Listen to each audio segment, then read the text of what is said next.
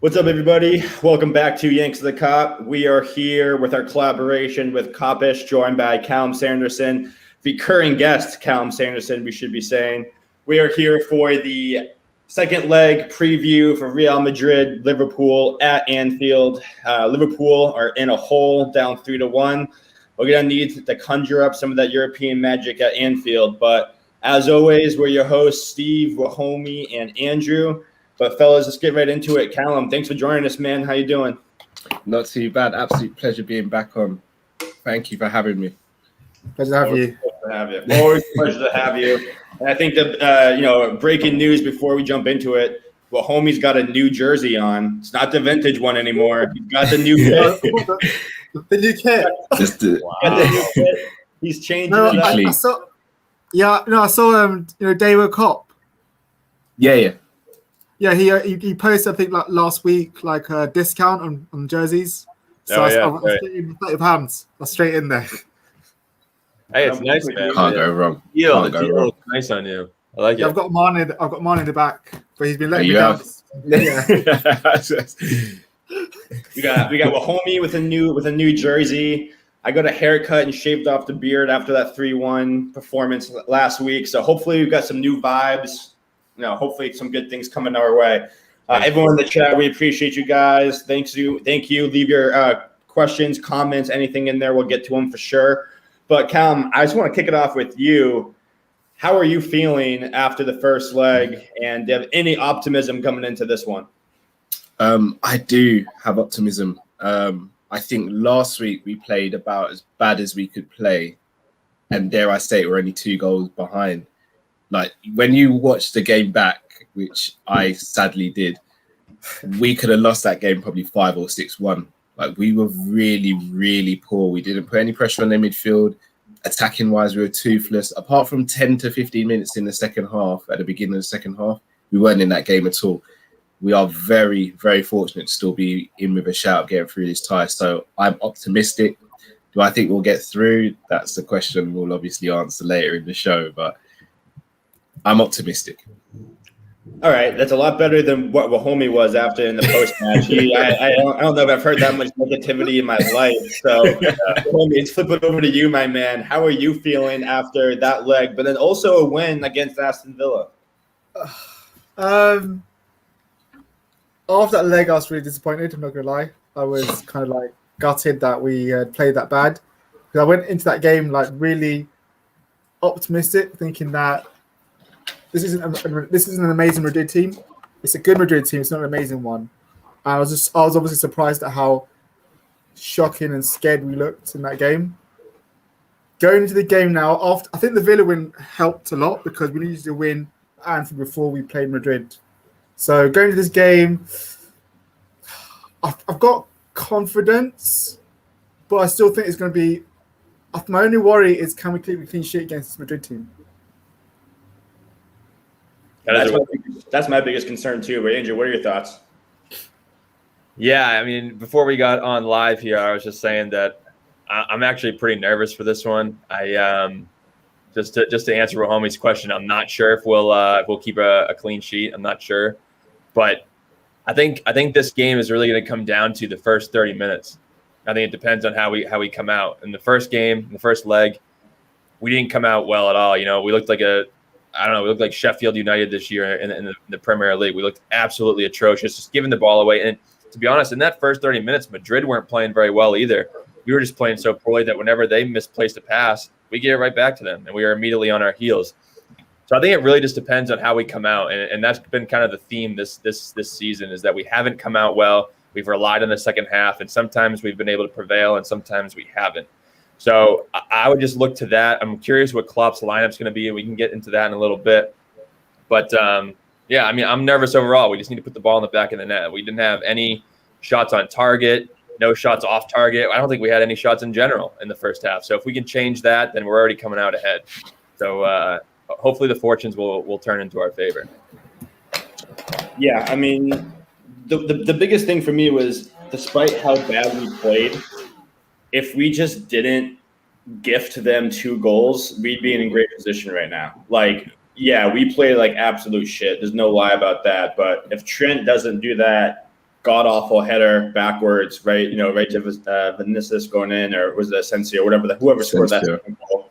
And then there were so many people at fault for that third goal as well. If Allison stops it, if Phillips steps in, if Trent does better communication, we could be looking at a 1-1 draw coming into this. So that's the one thing that does give me hope. And now it also looks like too with Madrid, I think they're going to be without Vasquez now, I think, as well. I think he's going to be out. Cruz and Valverde are even questionable. I'm sure they're both going to play. And it's going to be different with no fans at Anfield. I think if we had fans at Anfield, I'd be feeling a lot more confident. But in the end, I do have some optimism. Liverpool, this for me, when the backs are against the wall, it tends to be when we play our best. So I just want to see can we have a good response, just like we did with the Villa game. I thought we played well against Villa. Should have been a bigger scoreline on 2-1. I'm feeling pretty good about it. But I mean, Real Madrid themselves, though, they're coming off a huge win. I think they beat Barcelona. So, I mean, what are your guys' thoughts on this game being played at Anfield with no crowd? I mean, obviously, it's going to be a huge factor. But do you think Madrid's going to come in trying to put the game away, or do you think they're just going to kind of defend the lead? Callum, why don't you start us off? What do you think on that? I'm probably going to get a lot of stick for saying what I'm about to say. I actually think for this. Hold on.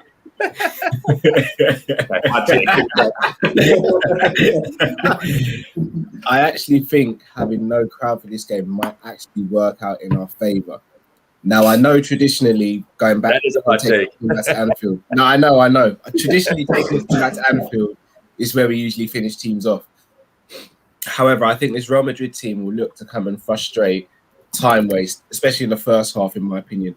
And I think when teams do that, the Anfield crowd actually works against us because we become more and more frustrated, not just as a team, but the fans as well. And that frustration translates onto the pitch. I actually think by not having a crowd there, Real Madrid play acting and sort of wasting time, I think will probably help us because the job at hand will still need to be done and there won't be those outside influences.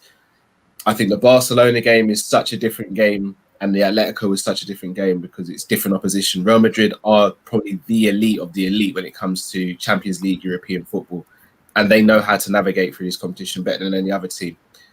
I just think by us not having a crowd, we can actually concentrate on the game plan and concentrate without being too emotional and know that if we can get a goal without a reply, then the onus kind of goes on to Real Madrid to stick or twist, because if we go up 2-0, then they've got to come at us and then we could really potentially tear them apart. That is a pretty scorching hot take. Andrew, what are your thoughts on Callum's comments there? Do you think we might be a little better off without fans in there?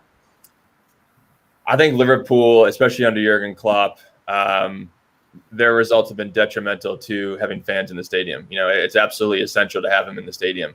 Having said that, I think that's a direct correlation to that with our season this year. I mean, yeah, we've had a lot of injuries, but we also haven't performed well in many different situations where I think that if the fans were there, the situation might have been a little differently. The outcome might have been a little differently.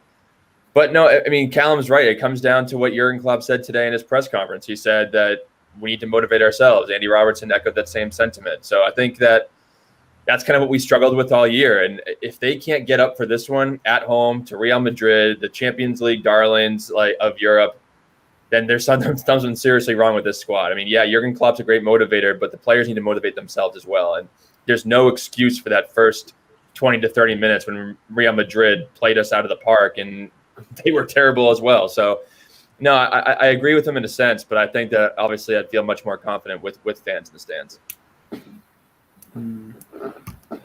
Yeah, I think I'm going to echo something different because I watched the Clásico and Madrid were very impressive against Barcelona. Like Benzema ran Barcelona's defense ragged and he looked really good. And that actually worried me because I thought it was going to be a much more harder game for them in that Clásico. I thought Barca were going to push them much more harder. I thought Messi in that game wasn't as good in terms of his normal performances. So I thought Madrid were going to come into this game exhausted after a hard battle with Barcelona. But I think they've come into this game. I know Vasquez got injured, So I know I think they're gonna play Ralda, I think his name is at fullback instead. He's not really a full winger, but he's more of a midfielder. Fans, do I think we can do it without fans? I think we can, but I think it's going to be imperative we get the first goal. Like for us, I think we're going to have to score in the first 20 minutes. And if we don't score in that first 20 minutes, it could be a long night. So it's imperative that we start quickly and get the first goal early. Because if Madrid get that first goal, then I think it's going to massive odds against us without fans. So it depends on who gets that first goal for me. It's going to be crucial. Yeah. And I know Klopp's talking about us. We have to motivate ourselves. My only worry with that, we've heard that before. Like he said, we're going to fight for the title, and then we've gone into games Brighton, Fulham, and been shocking. So him saying that today, I want to actually see that on the pitch. The actual players saying it for themselves. Actually believing it. I'd even love for the players when the match starts to do like a little huddle to come together to say, look, we're going to do this together. Something that shows that they know they have to up themselves for this game. Yeah, I think Jay Gee in the chat here makes a really good point. Thanks for coming in, Jay, as always. First game in a while, feeling different. Not sure what to expect after the first leg. Need intensity without mistakes early, though, to have a chance. And I think that's 100% it.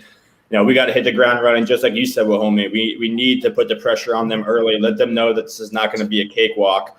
Because, hey, we get up 2-0, and all of a sudden it's a game. It's a tie, and we have the away goal, and Madrid has to come out. And so I think whoever gets that first goal is going to dictate the entire match. We kind of said it about the first leg too, but if Liverpool can go and just show them that they're not backing down, they still have a sense of belief, that's when Liverpool's a tough team to beat. So I really, really want to see that. But I just want to add something real quick. Something I was just listening to the press conference with Jurgen and Robbo. And both of them said multiple times the word opportunity. And when we look at this season in general, we didn't, with all the injuries, with all the setbacks, with COVID, no fans in the stands, we've had a pretty shit season. We really have. But yet we find ourselves with an opportunity in the Champions League quarterfinal to beat Real Madrid at home. We find ourselves with an opportunity to make top four still, even in this tough season. So I think the players need to look at that. The manager needs to understand that. And the fans especially need to understand that we have a massive, massive opportunity in these last few weeks of Premier League football and Champions League football. And I hope we can capitalize them. And, under Jurgen Klopp, this team has been able to overcome adversity such as this before. So I am nervous, but I'm also very optimistic about this game. Mm-hmm. That's a really good point here. But just a shout out a couple of people in the chat. Jay Gee, again, we're doing well. Hope you're doing the same. Steven Stubbs, Mr. Consistency, back again. We appreciate you, man. We'll have you on soon.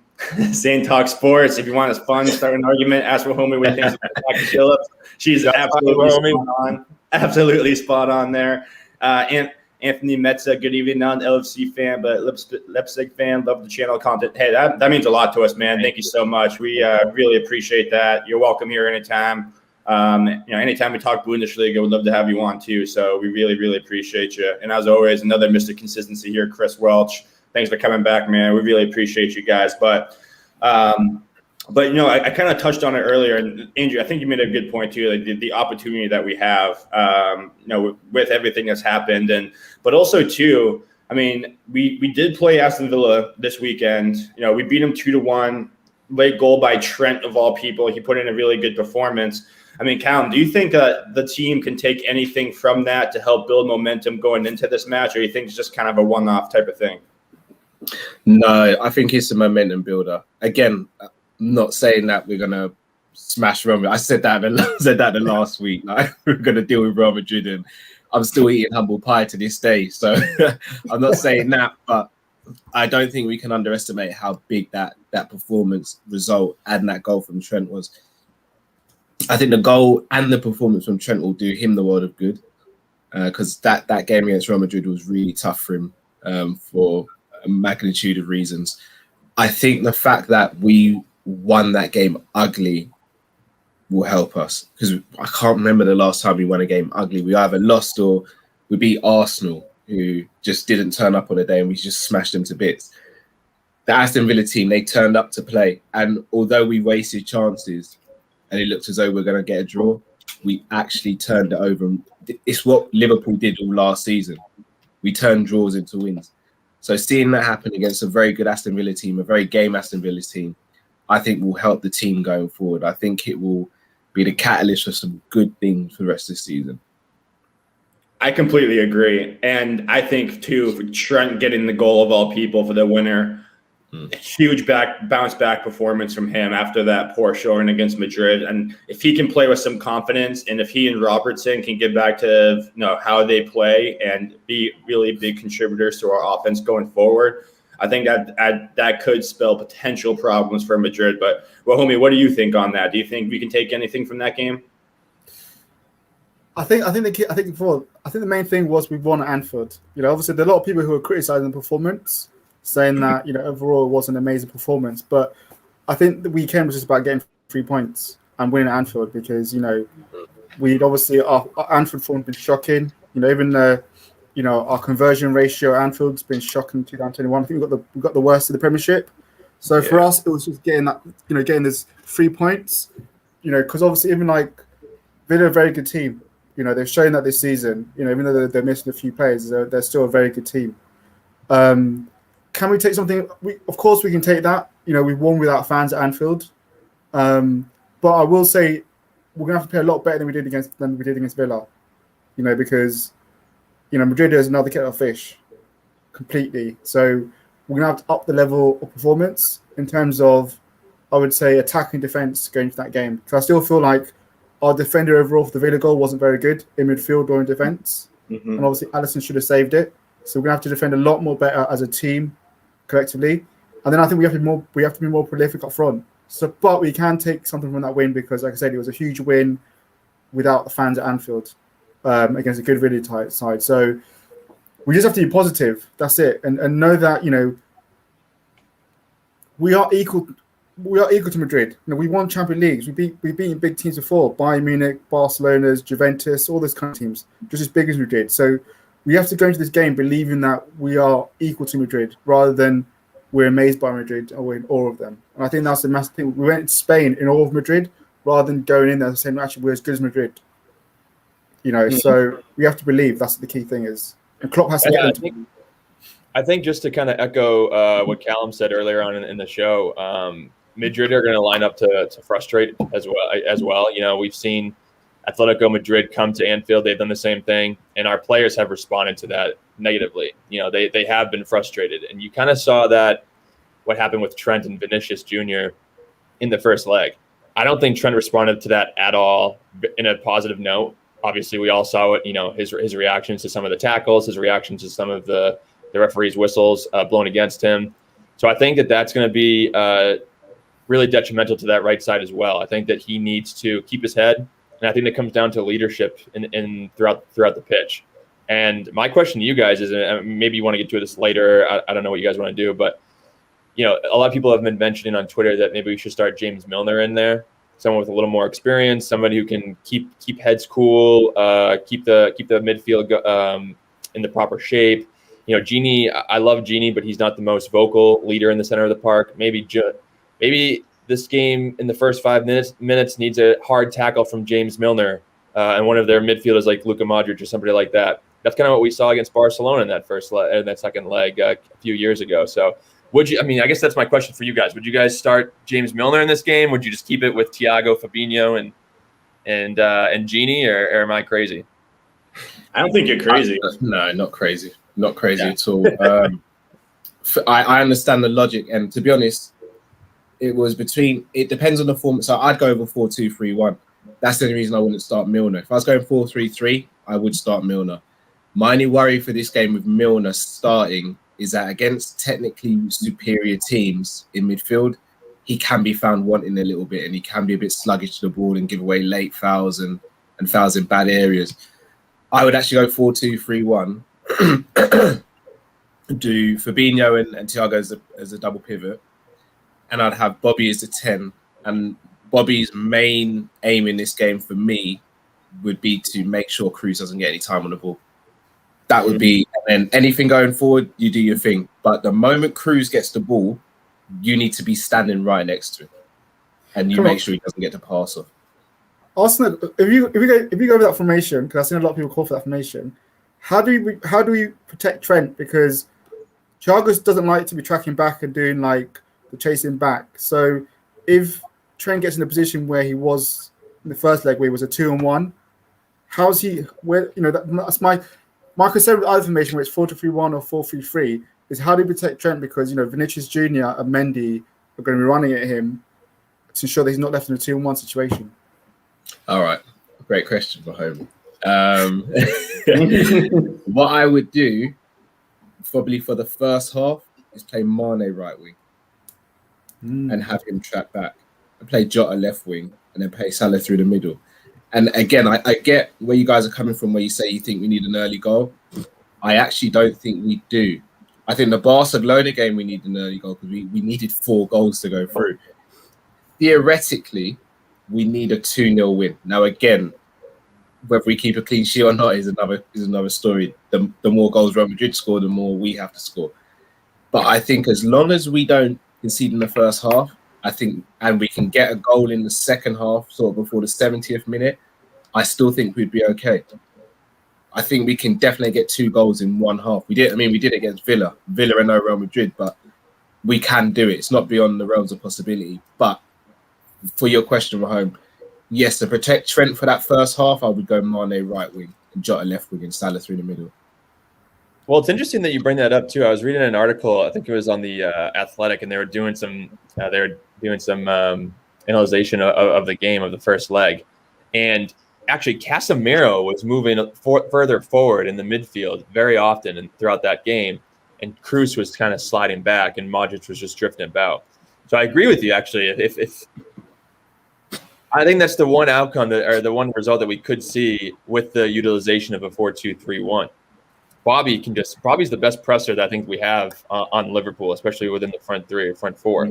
So if he can just stay on top of Toni Kroos, that seriously limits their distribution to their flanks. We saw how great he was at switching the ball, finding passing lanes through the midfield and through the press. If Bobby can just kind of stay on him and constantly pressure him, he's not going to like that. Real Madrid's not going to like that, and we'll ultimately see the success of that. So that's actually a really good point. I didn't think of that. Yeah, I would like. I see. For some reason, I disagree with most people when it comes to the 4-2-3-1. I don't think that we're going to lose that much defensively if you go to a 4-2-3-1 formation. Like, just because then you have you have that double pivot back there who most of the time are just going to stay back there. I think in this game we probably see Thiago with a little bit more freedom to get forward because we need to get that goal. But then, like you said, then you would have Firmino as the 10, like you said, best presser on the team. Sadio Mane, who does a very good job at tracking back. And we've seen Jota be exceptionally well at tracking back and pressing as well. And this just allows Salah to do what Salah does best and just wait for the balls to come into him and just use all of his energy to chase those down. And he's going to be the most forward guy. And he's the guy that you're going to want in that position to try and score goals. So when I think about the 4-2-3-1, I really don't think – I understand, in the midfield, they could pass around us, but they passed around us in the first leg when we played a 4-3-3. So it's you know what I mean? You got to try something to change it up. And I think if you go with those 4 guys, yes, you are going to be missing that piece on who can come in and change the game in the second half if you need to chase a goal. But that for me is a safer play than starting a Naby Keita who hasn't played a game in 6 weeks or whatever the hell it was, and coming in and expecting him to make an impact. I just think that would show ambition. I think that would show belief in this team, and I also think that allows Trent to get a little bit more dangerous going forwards, knowing that he has that double pivot to slide in right there right away. And in the first half, that happened numerous times. Every single time Trent got forward, almost every single time, they attacked his side right away before he could get back. So I think almost having that double pivot would help cover us a little bit more in that position. So I want to get to a few things in the chat. JG said they're going to be playing Zidane tactics more than their players this leg, in my opinion. Yeah, I think that's a good shout. I mean, his tactics were spot on in the first leg, so I guess we'll see what happens in the second leg. Steven Stubbs said that we faced Barcelona with a front 3 of Mane, Origi, and Shaqiri. And a lot of people forget that. It's a good reminder right there. But anything is possible up the Reds. But Anthony Mezza, I thought, had a really, really good point here. And this has been talked about a lot. He said this is a game that you should not concede. So would you feel comfortable with Fabinho returning in defense, center back, so as to keep an attacking team, but ensure a clean sheet as Madrid has been scoring for fun lately? I mean, that's maybe where you get the nod for James Milner in the midfield with Gini Wijnaldum. I mean, what are you guys' thoughts on that? I thought that's a very interesting take. It is an interesting take. I thought about it, but I don't care about the first leg performance. Everyone in the team played bad. I still believe Fabinho is the best number 6 in the world, and I just don't think you can take him out of that position. Like, outside of the Real Madrid game, as of late, this playing natural center back has worked for us. And like, we know what our identity is. We're a better team when Fabinho's in the 6, my opinion. I don't think you can get away from that. I think that would be a symbol of getting too cute again, like starting Naby Keita last game, something like that. Well, homie, what do you think about this? Because you've been very critical of Kabak and Phillips. I'm critical because I think I'm critical not, what people misunderstood me. What I've said about Kabak and Phillips is, look, we can't change it right now in terms of what we have. We have to play them. But I've been critical saying the summer, we need to change it, and we can't go with them in the summer. But with either of them, I think we can't go with them either of them. But for the time being now, we've got no choice. Now, obviously for me as well, although I've been critical of them, I would still have them as a centre backs because I think, like, if you take Fabinho out midfield, there's no one that midfield tackles that does any recoveries or wins the ball back, And you've seen massively when Fabinho's gone in there, he's the only one that actually properly tackles, recoveries, intercepts properly, and actually makes us more look stronger. So I would still keep Kabak and Phillips for this game. I think it's just, as a team, we have to defend better. Because I don't think, particularly in that first leg or even against Villa, did the midfield really protect the defense as much as they should do. I think they were very poor in their positional and in their running against trackers in terms of tracking back for players. So I think we still have to keep them that same formation of Phillips, Kabak for being in the middle. So I would not move Fabinho out in the midfield. I think that'd be a massive mistake if we move him out because Madrid, again, they're going to control the midfield because no one in there tackled him. So, sorry to interrupt you guys. Well, homie, would you not keep Kabak or Phillips after this summer if it was up to you? I feel like I've opened a can of worms. Here we go. You start laughing. I get attacked. We've had some serious debate. Personally, I think Phillips, as good as he's done heading wise, I think I would sell him in the summer and get money for him because I feel like I want. And then with Kabak, I get people say he's 20, but a lot of the concerns Kabak showed right now is what he showed at Schalke. And I think Kabak is just a smaller version of Lovren, And people keep saying, obviously, the fact that when Van Dijk comes back, Kabak's going to be amazing playing Van Dijk next to him. But Lovren was still poor next to Van Dijk. He still made howlers, still was shocking next to Van Dijk. Mourinho had Van Dijk next to him. He was still shocking next to Van Dijk. So I don't buy it just all of a sudden because you have Van Dijk, who's world-class, that they're going to be amazing next to him. I personally think that I would prefer, it depends on how much we get for Kabak. If it's the reduced prices, as people are saying, like 8 million or something, then fair enough.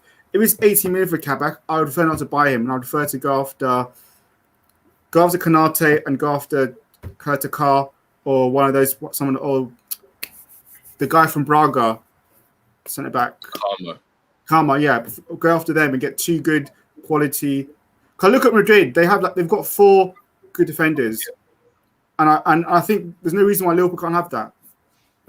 Just play devil's advocate if you were home. Wait, before you do, I'm curious. How do you think Kabak performed in that first leg? Because the whole team was poor, yes. But how did you? I think you in the player ratings you had given him a 4 or 5. I did. So I think at the time I thought he played really bad, and then after I watched the game back, and I think I even on the next show said I was completely wrong. He wasn't as bad as I thought he was.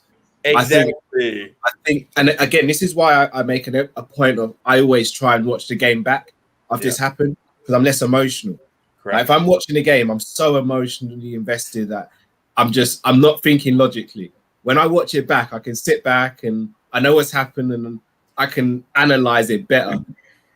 But when it comes to the centre back situation, the reason I think I'd keep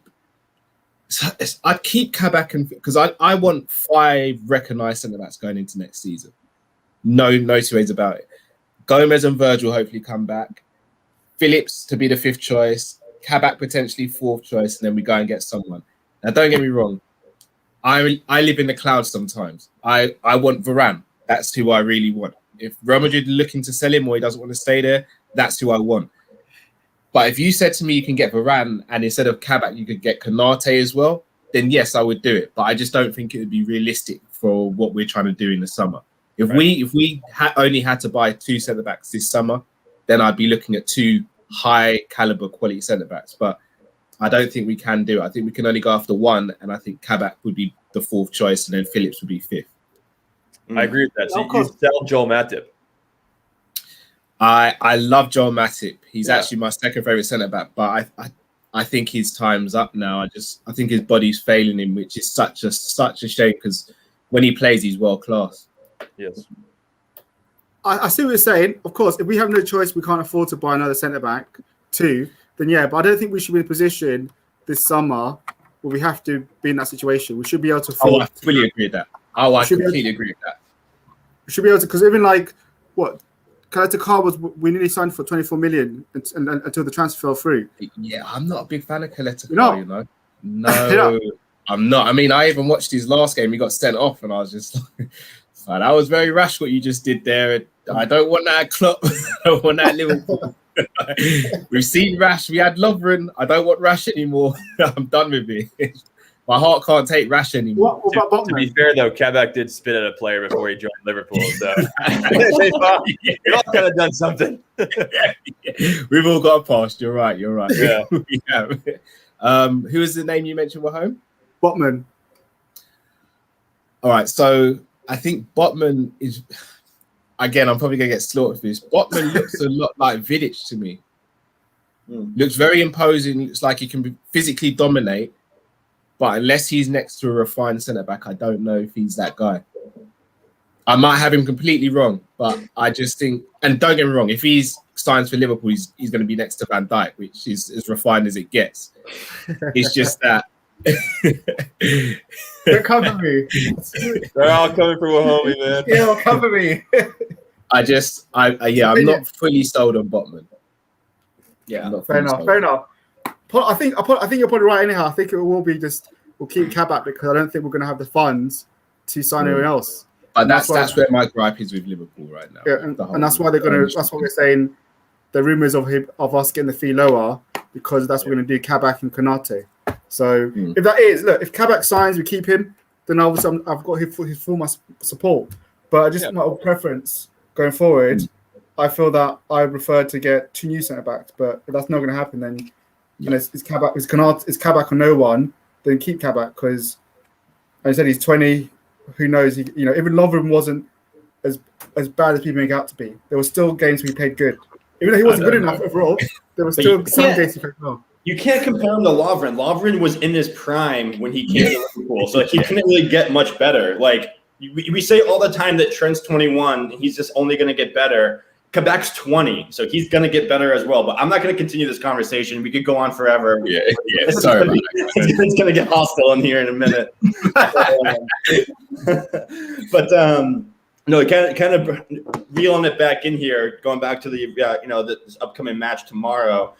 Obviously, I think somebody in the chat here too, it might have been Anthony again, making another great point. Where was it? Yeah, right here, Anthony, right here. With more injuries to Real Madrid in the form of Valverde and Lucas Vazquez, does it have any psychological effect to Liverpool? And when you think about it now, with no Vazquez, like it's going to be, if Valverde is available, he'll be in there. Militao, Nacho, Mendy, probably Marcelo, Modric, Casemiro, Cruz, Benzema. Where's the weakness? How would you guys go about attacking this team? Like, what's the strategy here? What do you think, Alan? I think you've just got to be really in their face. You've almost got to not try and plan it too much. You've got to just let the players express themselves, in my opinion. Just not be reckless. So I'm not saying the whole team attacks, but obviously I've gone with a front four. For me, if you're playing a front four, just let them go out and express themselves. Don't try and be too tactically cute. Just say, look, you guys are great footballers. when you guys are on fire, there's no one that can deal with you in world football. There is no defense that can deal with you. Go out there and show them what you're about. Don't try and be too cute. Stop trying to score the perfect goal as well. Like, that winds me up. We're not Arsenal of 2003, 2004. Just stop. Like, if you're in the box, take a shot. Because if it look at Salah's goal against Aston Villa. That was a Robbo shot. Keeper saved it, and it drops on Salah's head. You never know what can happen in the box. So let's not try and score the perfect goal. Let's get in their faces. Let's take shots early. Let's take shots when we can, and just express yourself. Go and enjoy it. Yes, I completely agree too, because the one thing I said leading up into the first leg was, I know Courtois has been good in La Liga, but when he was in the Prem, he could not hold on to a ball to save his life. So take the shots when you have them. I don't care if you're outside the box or whatever. Let's test this guy and see what he can do. But go ahead, Andrew. I didn't mean to cut you off. Yeah, no, I just think that we really need to get on the front foot early. One thing that we didn't do much of, and mainly it came in the second half for about 10 minutes and then another 10 minutes towards the end of the half, or at the end of the game. But we need to force Real Madrid to defend. You know, Luka Modric, Toni Kroos, these guys aren't the best defenders. They're used to having the ball at their feet and moving and attacking forward. So if we can just put them on the back foot, on their heels early on, just really force the pressure. And I know there's no stands at Anfield, but it's a proper stadium. It's going to engulf the Real Madrid players in a sense. And I think there actually might be fans outside the stadium. And hopefully they'll be making a ruckus. But I think that's the key for me. You just need to keep them in their half. And if we can do that over the course of 45 minutes, 90 minutes, I know that the goals will come. At least shots will come, which is more than we can say for the first half of the first leg. So that's where it needs to start. It needs to start in the first 15 to 20 minutes. Has to. I think obviously the weakness is going to be down that Valverde side. If he starts, I don't think they're going to play Martial. I think they're saying that it's going to be Valverde. It's down his side. I think obviously in the first leg, Mane didn't trouble Vasquez at all, and Vasquez isn't a fullback. He's more of a winger, midfielder. So I was surprised at how Vasquez just pocketed Mane that game. So I think this time, if we are going to we do like what Callum says, put Mane in the right, then get Jota, tell him, look, get out Valverde. He's a right winger playing at fullback, so he's not going to have that defensive, aspect in terms of his game. Get at him, make him do some defending, and actually, stretch. The one time we did stretch them, we scored. So actually stretch their defense, because, as I said, it's a good defense. Nacho and Militao are good, but they can be got at, and I think that's where we didn't do enough of. We didn't like Zane says, we didn't test the defense properly. Except for that one time, we didn't really make Madrid feel that they were in the game. It felt like a training game sometimes for Madrid in terms of how how easy it was for them to just pass the ball around. So I think for us, it's just get at that side of the defense where it's weak and get some crosses in the box. And I think that's going to be key. That's the weak side. Get down there, and make something happen from that side. Yeah, I think it's interesting though. I mean, we all agree that needs to happen. But when we think back to the first leg, I've heard a lot of people say that Liverpool have respected Madrid too much, and like personally, I thought it was more the other way. I thought that we went into it not respecting them enough, and then that's when we got hit in the mouth. Like, what do you guys think? I mean, do you think it was the case of like we played so bad because we gave them too much respect, or what happened? I don't think I thought of it like that, but now you say it, it does sort of make sense. It's like it's like a boxer who goes in there and doesn't respect the opponent's power and then ends up getting knocked out, isn't it? It's like if you go in there, you respect your opponent's power, the likelihood is you might still get knocked out, obviously, but you're going to try and protect yourself at least. And we just didn't do that. Like the first goal, I've not been as annoyed about conceding a goal as I was for that first goal in a long time. Like Toni Kroos had the ball at his feet. There was no pressure. He did about 4 hand gestures to say, I'm going to play it there. Now I'm going to play it. I'm going to go. You ready now? Let's go. No one did anything about it. No one reacted. And then it's just like, guys, we could see it from the TV what he was going to do. Like, we knew Vinicius was the pass he was going to make. Where he was going to play it, that's obviously up to Toni Kroos. But you knew he was going to try and pass it long. Someone's got to at least try and put a tackle in or do something. The defense has got to maybe step back. Alisson's maybe got to come out and close up the space. but no one reacted because I think you're probably right. I'll be honest again, when I heard Varane was injured, had COVID and couldn't play, my levels of arrogance went through the roof. I'm not even gonna lie. I'm man enough to admit it. Like I was like, yeah, this is it. I was like, no Varane against us. Yeah, that's it. We're done. We'll wrap up this first leg. We'll just play the kids in the second leg. And then at half time, I was sitting there thinking, you don't learn, do you, Callum? You don't learn, do you? And it's like I needed that, and I think Liverpool probably needed that as well, because there's no doubts that when they saw Varane, no Ramos as well, like no right back, no Carvajal, like you're thinking, yeah, they're there for the taking. Like their front three, apart from Benzema, has been pretty poor all season. You're thinking, yep, this is it. We're gonna deal with these lot, and then 45 minutes later, you're going in 2-0 down. So if the boys aren't sort of giving a kick up the backside after that first half and the rest of that game, then nothing will. Yeah, and I think it's interesting too that what Zane here said. She said one thing I did notice: the ball went out the pitch many times from our passes. Might be because the pitch is smaller. And then Mick kind of echoed that sentiment and said to play on a training pitch was bizarre. We just gave them way too much respect. Needs to change tomorrow. I mean, even on this show, Wahomie, Steven, and I all had a debate as to who the better midfield was: Fabinho, Thiago, and Gini, or Kroos, Casemiro, and Modric. And I think that clearly they gave us the answer. Like Real Madrid midfield is still world class. They're the Galacticos for a reason. They've won the Champions League 13 times, 14 times. These guys are the Champions League darlings. They belong here. They'll always be here. Similar to us. But I think we just, it was just kind of like like Callum said, like a boxer going into a fight and underestimating his opponent. I think we definitely did that. And I think the key for me is Sadio Mane in this game. I think that if and I guess Jota too, because Jota didn't show up at all. He had the worst passing percentage on the whole pitch. So if either of them can show up front, put some shots on target, make things happen, then I think we'll see a very different Liverpool team going into this second leg. I think the big thing about the passing was Thiago was on the pitch. He's the only one that keeps the ball well, recycles the ball really well. And having him not on the pitch was, for me, suicide in that first leg because, especially away from home, you need to keep the ball. And you need someone that's going to recycle the ball. And him not being there meant that, you saw in the second half, although we didn't play amazing in the second half, but when he came on, we looked better, much better team. We kept the ball for a bit. And then obviously we scored after him coming on. So I think him being there, because he was bought for these big nights to keep the ball. I agree. Obviously, I was overhyped, overgassed over, the lineup and over how good our players were. I still think if you had Henderson in that game, for example, I think our midfield would have played much more better. For example, But we were taught a lesson. And I think we've been taught lessons before in terms of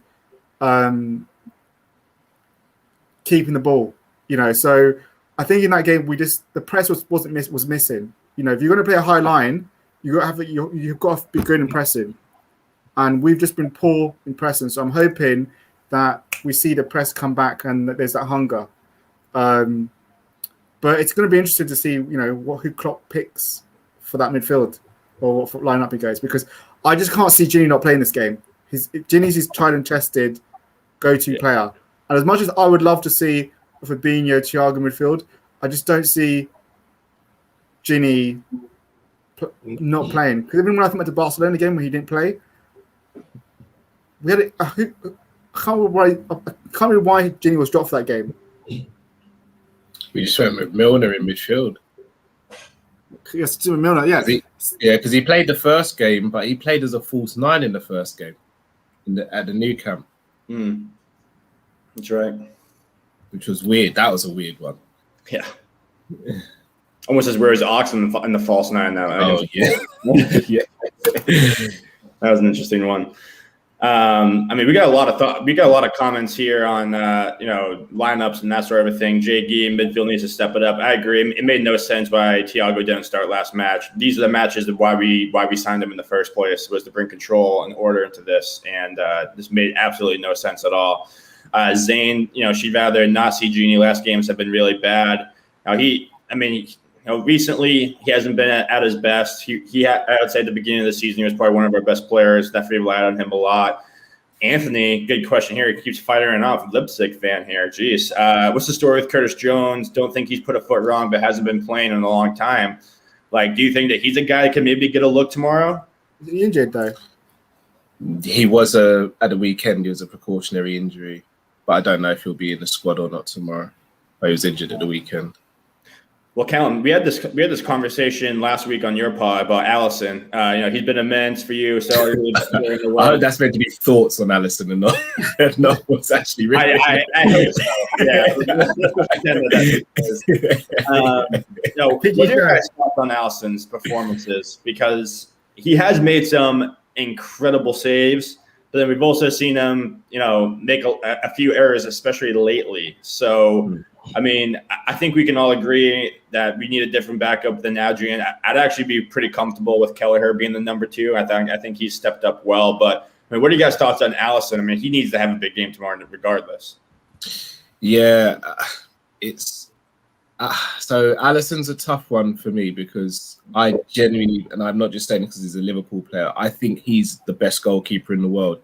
I think some other goalkeepers have better attributes in some areas, but I think as an overall complete goalkeeper, I think he's the best. But like the rest of the team this season, he's not shown he's the best. I think he's had some very isolated moments where you're just like, that's not the Alisson we're used to. Like, for example, the Aston Villa goal, he should be saving that all day, and he didn't.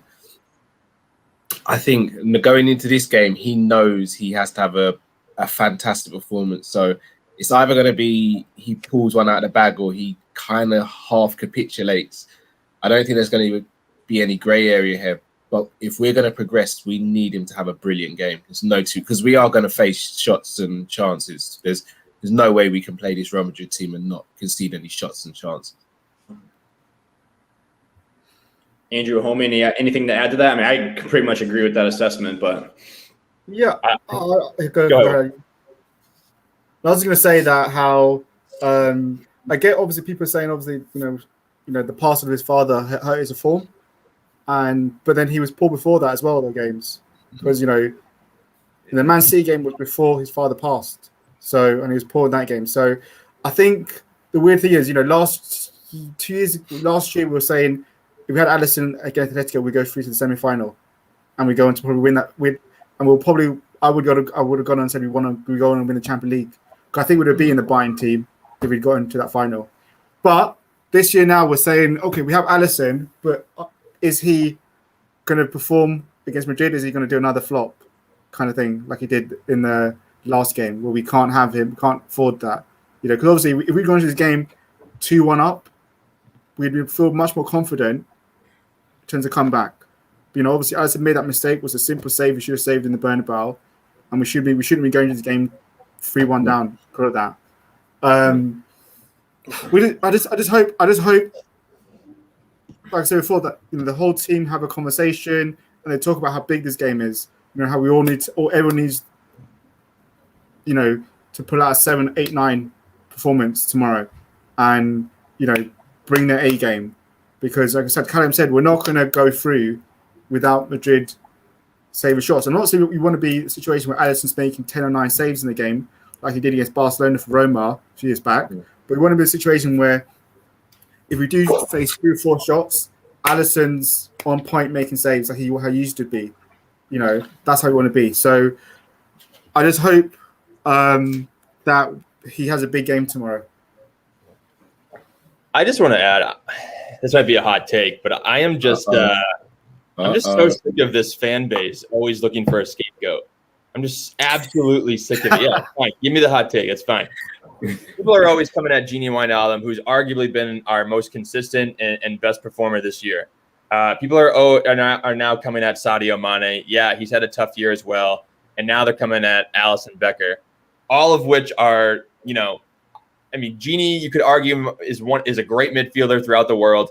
Sadio Mane was voted by Lionel Messi for the Ballon d'Or. I think it was 2 years ago, and Alisson Becker was in the UEFA Team of the Season. I think it was last year or the year before. All these guys are world-class players. We have world-class. Yeah, they have a dip in form, but Gini Wijnaldum, for me, has been one of the most consistent players on the team. He's been always available. People always shouting at Naby Keita to start over him. Well, we saw what that happened against Real Madrid. He didn't perform up to his level. Alisson Becker, yeah, maybe he's having a slight dip in form, but he's still one of at least the top 3 best goalkeepers in the world. I completely back him to perform in this game. And the same thing goes for Sadio Mane. I think Sadio Mane, I looked at some stats on The Athletic earlier, a piece by James Pierce. A lot of what he's doing this season, he was doing very similarly last season. The only thing that's different is his conversion ratio. So he just needs 1 or 2 goals to go in, and he's back to Sadio Mane. So I just hate how we always need a scapegoat, and we're kind of like preparing ourselves to have a scapegoat after the game of Real Madrid. No, take the opportunity. Let's go. Let's be optimistic. Fuck, like it's so I love it. I'll echo frustrated. All Just to say, I'm not scapegoat. I'm just highlighting. I'm not blaming you guys. Yeah, well, I'm just highlighting where they haven't performed to the usual standards, and we expect better from them. And we know they can play much better. We know Gini, Alisson, Mane are all top class players, and they can play better. Not even them, just the whole team is full of top class players. So it's more the case of we know they can play better, and we're hoping they can play better. Because as I said, if they can't rise up to tomorrow night for a big Champions League match, then that's a concern in terms of where's the mentality, Giants monsters mentality gone? Yeah. Mm-hmm. All right, but there's been a lot of questions on the lineup. So before Callum hops off here, I want to get to our lineup predictions for the match tomorrow. Callum, let's start with you, man. So give us your thought. I want to hear from everybody what you want the lineup to be, and then ultimately what you think the lineup's going to be. So what you want, and then what Klopp's going to go with. I think the back 5 picks itself. So Ali in goal, Trent, Robbo in fullback positions, and then Kabak and Phillips. Okay, so midfield, what I'd want is Thiago and Fabinho as a double pivot, Bobby in a 10, and then Jota, Salah, and Mane up top. I think Klopp will go with Fabinho, Gini, and Thiago to start. And I think he'll go Jota, Firmino, and Salah. No Mane. I don't think he'll start Mane. Awesome. Yeah, if you guys haven't yet, hit that like and subscribe button. Go check out Kopish. If you're not one of their 21,000 subscribers yet, go join the con. They're blowing up over there, doing great work. Andrew, what do you think? Yeah, I mean, my lineup would be very similar to Callum's. I would likely go with a 4-3-3 with Fabinho. It's tough. I think I would start Firmino. I would bench Mane and go with Jota and Salah up front. I'd go with the same back 5. Yeah, and I think he's just going to go with Fabinho, Gini, and Thiago in the midfield. He's very conservative in big games. He's going to go with his, like we've said it before, Wahomie and I and Steven, that he's going to go with his most trusted lieutenants, and those are the guys.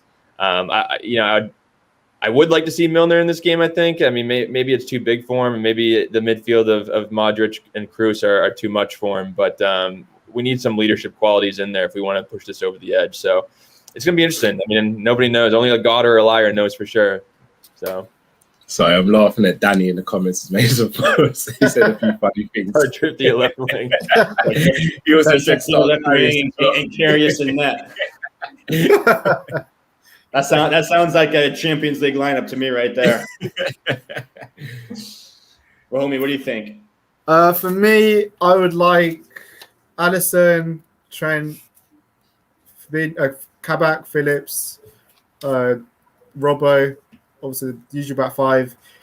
Then I think I would probably go with the 4-2-3-1 if I was pushing my gut. So I would probably go with Fabinho, Thiago, and then the rest, Bobby, Salah, Jota, all playing. And then the second half, I'd probably, if we get a 2-0, because I'm going for the early goals.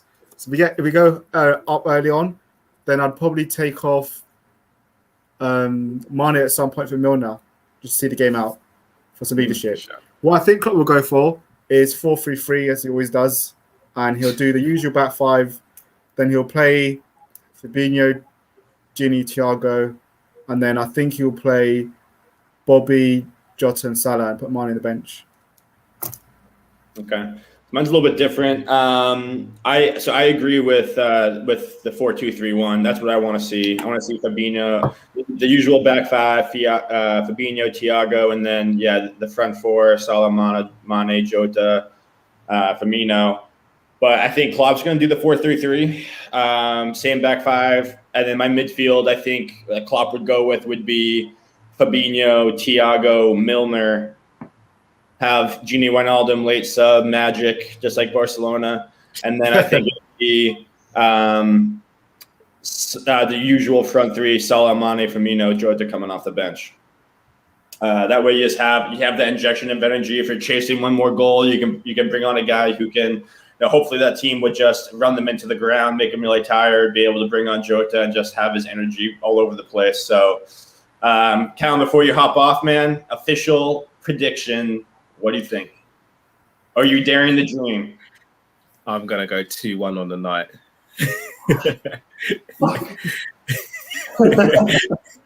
Yeah, was that?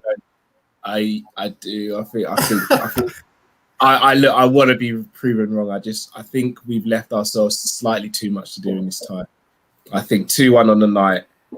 Unfortunately, Real Madrid will go through, in my opinion. But I really hope I'm wrong. I'd love to come back on here if I am wrong and you guys just rip me for an hour. Like, I'd love that. I think it's a lot to ask to keep a clean sheet as well as 2 clear goals. What did you predict before the Barcelona game, second leg? God's honest. I predicted we'd go through. Oh, you did? Yeah, I did. And I remember because my barber's a Liverpool fan. And he said to me, he's like, it's over, isn't it? And I was like, no, I don't think it is. And he was just like, oh, you're one of those deluded fans. So should I tell you what it was in that first game with Barca? 3-0 really flattered them. We should have actually scored about 4 goals ourselves in that game. Yep. And I just looked at that game and I was like, they've won 3-0 playing at their peak and we didn't have any luck on the night. I think we'll still go through. And I don't get that feeling with this game. Madrid know how to play in the Champions League. They know how to navigate this competition, man. Okay. Sorry, guys. I'm leaving on a really bad note. I love you all. Hey, get out of here. My prediction was also going to be 2-1. So okay. I agree. I think it's going to be one of those games where it's going to go to the final minute. And it's just something, I don't know. I just got that vibe. It's going to be 2-1. We're going to play our asses off. I think we're definitely going to dominate the game. But something's going to happen. I don't know. We'll see. But Andrew, homie, hopefully a little bit more positivity from either one of you guys.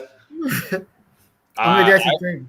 Go ahead, Andrew. Yeah, I was actually just gonna go 2-0. I think we get the job done. I think we get a goal in the first 30 minutes. Get off the front foot early, and then I think it's a battle to get that second goal, which might come late, like past 80 minutes or something. I think it's gonna be a classic Liverpool victory. But I'm an optimist, I'm not scapegoating anybody. You heard that whole rant. So come tomorrow, hopefully I'm proven right.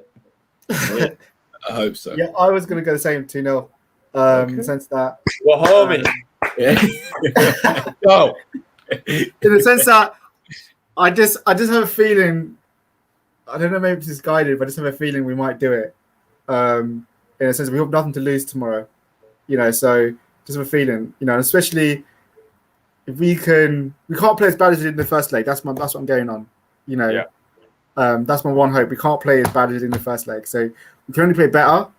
So hopefully the players are up for it, even though the fans aren't there, are up for it. And I think also pubs are open, so there's going to be fans around the Liverpool area, So there might be fans who turn up for the game, and you see like setting flares off and stuff to welcome the players in. So they might still feel the buzz, and I think even like you'll still hear fans outside the stadium cheering and watching the game and stuff, you know. So that's what I'm going for. There will be some kind of buzz around the city.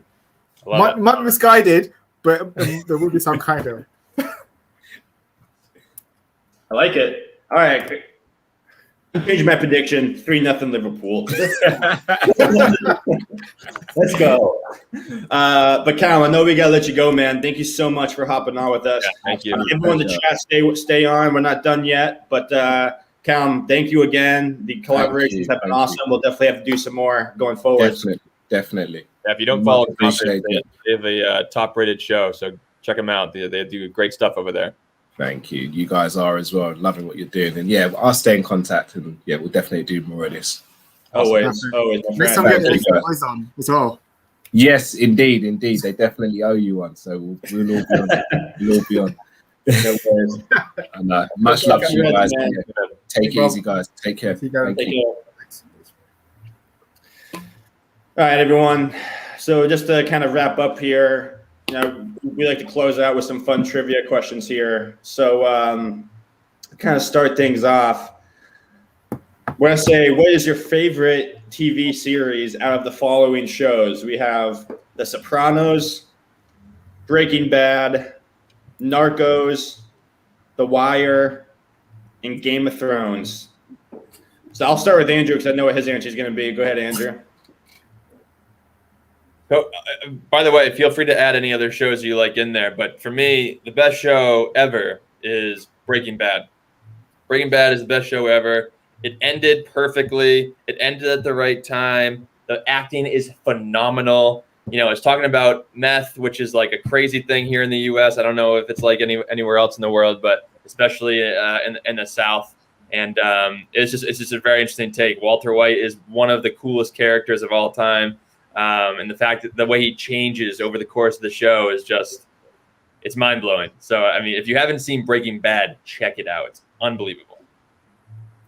For me, I'm going to go The Wire. I just love the whole storyline, The Wire. I love the characters, Stringer Bell, Avon. Breaking Bad was really good, but I just more of I just love The Wire. I thought it was really, really good. And I just love the different storylines that intertwined in it. So yeah, if you haven't watched, I know The Wire is a long show. I think it was like 6 or 7 seasons, but it's worth it if you watch it. Wire's great. The Wire's great. Yeah, I agree. My vote is The Wire. Honestly, the same reasons that Andrew likes Breaking Bad. Some of the best acting. The ending is awesome to that show. Goes full circle, which is really cool. And it's one of those shows that, you know, there are some slow episodes, but for the most part, it's nonstop. It's really good. So it's gonna have to be The Wire for me. Who's the character in The Wire who's he's kind of like the rebel? He's like not part of the gang, and he goes after the gang. Omar. Dude, I love Omar. He's the best. Omar is the king. Yeah. No, you come out to King, you best not miss. That's right. Omar coming. Omar. Yeah, he does that little whistle, and everyone's like, "Oh, it's Omar! Get out of here!" Start bolting out of there. Yeah. All right. What did you want to be as a kid? I wanted to be an astronomer. I wanted to look at the stars all the time. I was obsessed with it. I used to love looking up at the sky and in wonder. We were so small, you know, just like trying to think about all that was mind-boggling to a 10-year-old, you know. So it was actually really cool when Steven and I were younger. We went over to New Mexico, and we went to this like little kind of like an Airbnb back in the day, and the guy had like telescopes, and he was showing us all the constellations. And you know, in New Mexico it's all desert, so you could see the sky, you could see the Milky Way. It was awesome. So that's when I really wanted to become an astronomer, and then I realized how difficult it is. So I was like, yeah, we got other dreams too. I'll go after them. For me, I wanted to be like I was a big fan of Miami Vice, so I always wanted to be like like those cool cops running on the beach. Johnson, man. Oh, that's so good. Yeah, like the nice Hawaii kind of shirt, Oh my got the God. badge, running the beach, chasing after bad guys. Like, I love Miami Vice, kind of the whole kind of picture scene of it. So Hey, Steven's I realized- invited now if you want to go play cops and robbers with him. Yeah. But the problem for me is I realised that cops in London aren't as sexy, or it's not as good. No. And so I was No. like, yeah, I don't want to do it. But I would love to be a Miami Vice cop. Well, Andrew, J.G. agrees with it. He thinks how the universe works is the shit. So, Hey, JG, I don't know if you listen to the Joe Rogan podcast. You should give it a listen if you do. But he had a recent guest on that. He's a physicist that talks about all this kind of stuff like string theory and everything. It's crazy. It'll make your head explode. So check that out if you want to listen to something cool. yeah, that's interesting. Yeah, what did I want to be growing up? Well, I couldn't be a Power Ranger. Definitely would have been a Power Ranger if I could have. So I would say probably, yeah, I had the cop thing going on. Once I got a little bit older, I really wanted to be an architect and design buildings. And then again, realized how much work that went into. So we ended up going a different direction. But yeah, I'd say when I was growing up, probably a cop. Yeah, I always just wanted to have a little, wear one of those little hats, have a badge. Thought that was a cool thing. Oh, yeah. It's not a cool thing. And then final one, if you're in a remote location and you can bring 2 footballers with you to play some footy with, who are you taking with you? And it's all time. All time.